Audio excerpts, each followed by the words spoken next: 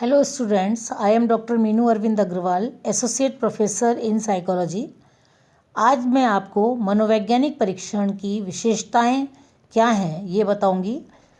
कुछ पॉइंट्स मैंने लिखे हैं। प्रयोजनात्मकता या प्रयोजनता, दूसरा व्यापकता, तीसरा मितव्ययता, चौथा सहजता, पांचवा वस्तुनिष्ठता, छठा विवेदनशीलता, सातवां वैधता, आठवां विश्वसनीयता और नवां मानकीकरण। ये कुछ ऐसी विशेषताएं हैं जो मनोवैज्ञानिक परीक्षणों के अंतर्गत होनी चाहिए। कोई भी मनोवैज्ञानिक परीक्षण तभी उपयोगी होता है जबकि वह अपनी मान्य विशेषताओं से निहित होता है।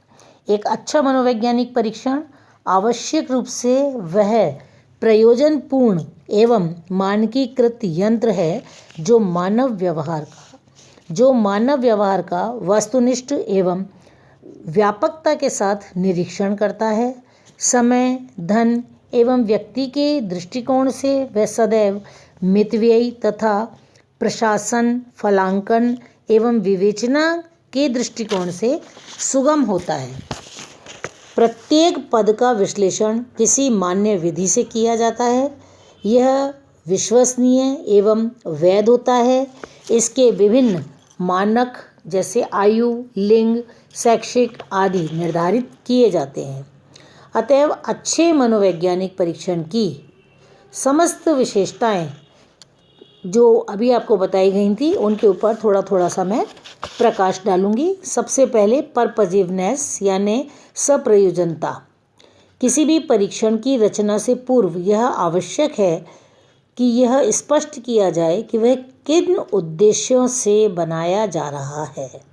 निश्चित उद्देश्य, लक्ष्य या समस्या ही परीक्षण का निर्माण करा सकती हैं। अमूर्त स्थितियों में परीक्षण की रचना कदापि संभव नहीं हो सकती, क्योंकि परीक्षण तो सदैव ही उद्देश्य पूर्ति का एक साधन मात्र है। यानी कोई भी परीक्षण की रचना किसी न किसी उद्देश्य से, जिस चीज़ का मेजरमेंट करने जा रहे हैं उस उद्देश्य के साथ उसकी रचना की जाती है। इसलिए कोई भी जो परीक्षण है उसके लिए आवश्यक है कि वह किन उद्देश्यों से बनाया जा रहा है यह स्पष्ट किया जाए। दूसरा पॉइंट है व्यापकता यानी कि कॉम्प्रिहेंसिवनेस। अच्छे परीक्षण के लिए यह आवश्यक है कि उसमें पदों एवं प्रश्नों को इस प्रकार से सम्मिलित किया जाना चाहिए कि वह उस क्षेत्र के समस्त पहलुओं का मापन कर सके जिससे कि लक्ष्य की पूर्ति की जा सके। इसीलिए यह व्यवहार के विभिन्न पहलुओं का प्रतिनिधित्व भी करता है। उदाहरण के लिए बुद्धि परीक्षण की रचना में संख्यात्मक, समस्यात्मक, अमूर्त वस्तुओं, स्मृति, शाब्दिक योग्यता आदि प्रकार के प्रश्न जो विभिन्न प्रकार की योग्यताओं का मापन करते हैं सम्मिलित होने चाहिए। तीसरा पॉइंट है मितव्ययता यानी इकोनॉमिकल। अच्छे परीक्षण की तीसरी विशेषता यह है कि वह प्रत्येक दृष्टि से मितव्ययी हो। परीक्षण में पदों की संख्या, उसकी सप्रयोजनता एवं व्यापकता का ध्यान रखते हुए पदों की संख्या इतनी होनी चाहिए कि उसके प्रशासन में कम समय, कम धन एवं कम व्यक्तियों की आवश्यकता हो। यदि परीक्षण इन तीनों व्यवहारिक तथ्यों के अनुकूल है तो निश्चित रूप से वह एक अच्छा परीक्षण होगा। इसी विशेषता के परिणाम स्वरूप आज सामूहिक परीक्षण का प्रचुर रूप से विभिन्न क्षेत्रों में प्रयोग किया जाता है। आर्थिक मितव्ययता के लिए पुनः प्रयोग में लाई जाने वाली परीक्षण पुस्तिकाएं, जिनको कि हम रीयूजेबल बुकलेट एवं उत्तर सूची का शोध कार्यों में प्रयोग किया जाता है। इसके अलावा परीक्षण का प्रारूप इस प्रकार का होना चाहिए कि वह एक या दो व्यक्तियों द्वारा 25 से 30 के समूह पर एक साथ प्रशासित किया जा सके, जिससे कि धन की भी बचत हो, समय भी कम लगे और कम व्यक्तियों की भी आवश्यकता हो। चौथी विशेषता है मनोवैज्ञानिक परीक्षण की सहजता यानी ईजीनेस। अच्छा परीक्षण प्रशासन, फलांकन एवं विवेचन सभी दृष्टियों से सुगम होना चाहिए। प्रशासन सरलता से किया जा सके, निर्देश सरल, स्पष्ट और संक्षिप्त हों, परीक्षार्थी उन्हें आसानी से समझ ले।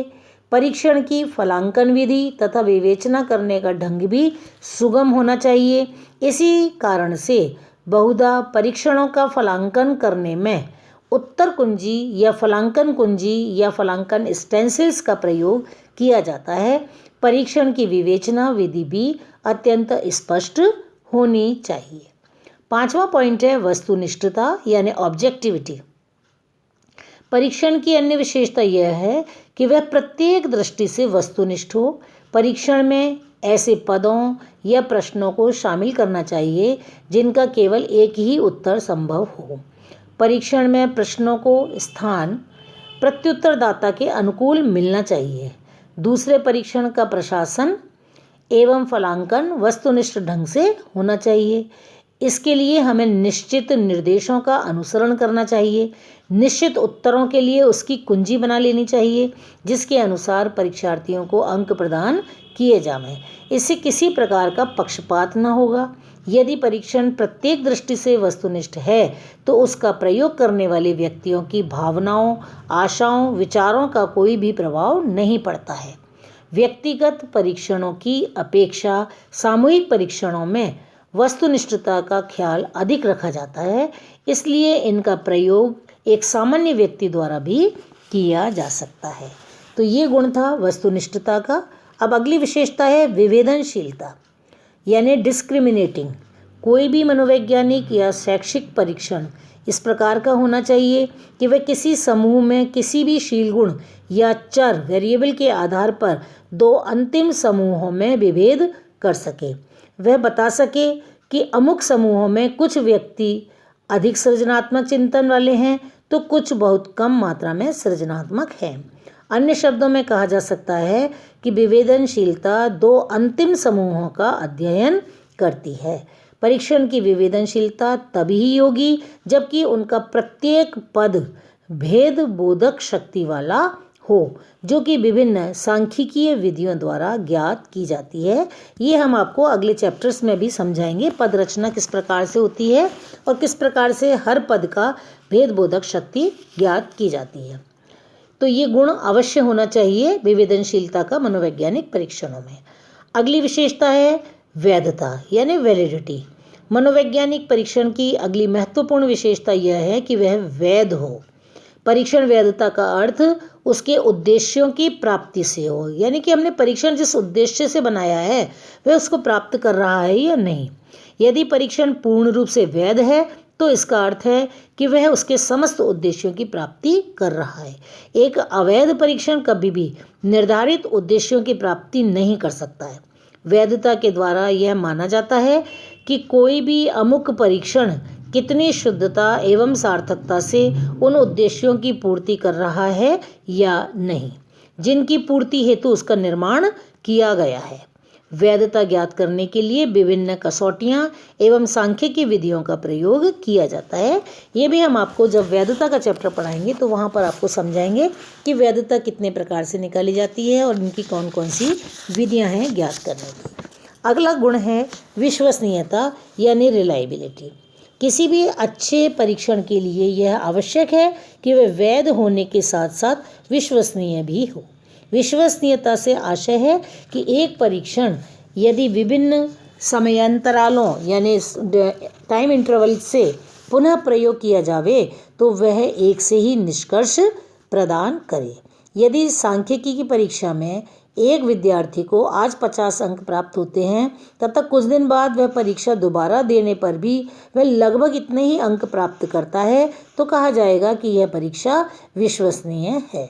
इसके विपरीत यदि कोई परीक्षण विभिन्न समय में प्रशासित करने पर भिन्न भिन्न अंक प्रदान करता है तो वह अविश्वसनीय कहा जाएगा, क्योंकि वह व्यक्ति या समूह की वास्तविक स्थिति से हमें अवगत नहीं कराता है।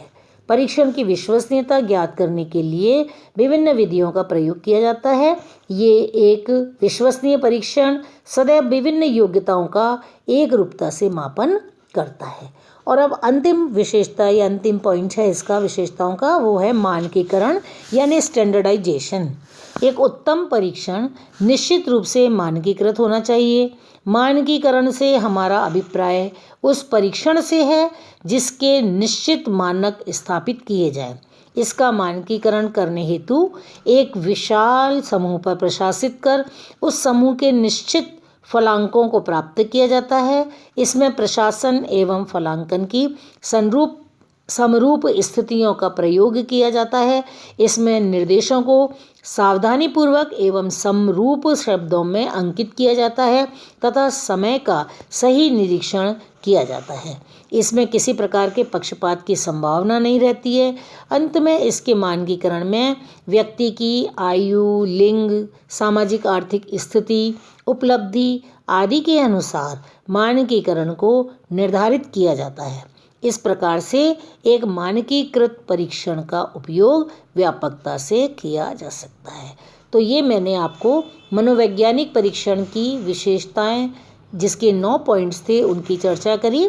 आप इसको समझने के लिए मैं आपके ई कंटेंट्स भी डाल रही हूँ, आप वहाँ से नोट्स प्रिपेयर कर सकते हैं। इसके अतिरिक्त मैंने आपको कुछ किताबें बताई हुई हैं, जैसे महेश भार्गव की किताब है जिसे मैं आपको पढ़ा रही हूँ। इसके अतिरिक्त और भी कई सारी किताबें हैं जो कि परीक्षण से संबंधित हैं, मनोवैज्ञानिक परीक्षण एवं निर्धारण से संबंधित हैं। आप उनका भी अध्ययन करके अपने पर्सनल नोट्स बना सकते हैं। Thank you.